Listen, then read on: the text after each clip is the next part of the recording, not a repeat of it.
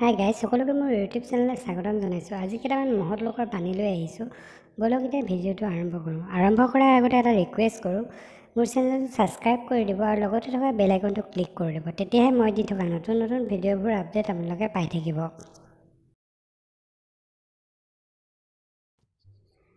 সত্যই সুন্দৰ আৰু সুন্দৰে সত্য, এয়া কিটছে কৈছে। সত্যই সৰ্বাতোতকৈ শক্তিশালী যুক্তি, এয়া ছফোক্লিছে কৈছে।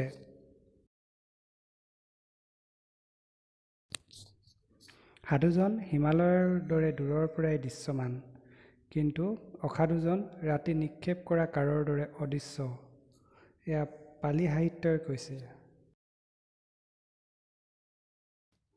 মানুহৰ সেৱাৰ মাজেদি মই ঈশ্বৰক লগ পাব বিচাৰোঁ, কাৰণ ঈশ্বৰ স্বৰ্গতো নাই, পাতালতো নাই, আছে মাথো আমাৰ প্ৰত্যেকৰ অন্তৰত, এয়া মহাত্মা গান্ধীয়ে কৈছে। জুয়ে শুকান খৰি পুৰি ছাই কৰাৰ দৰে ঈৰ্ষাই সকলো কাম নষ্ট কৰি পেলায়, এয়া হজৰত মহম্মদে কৈছে। বিশ্বৰ বাবে প্ৰয়োজন খাদ্য, আশ্ৰয়, মৰম চেনেহ আৰু প্ৰাৰ্থনাই শান্তি আৰু ঐক্যৰ বান্ধোন, এয়া মাদাৰ টেৰেছাই কৈছে।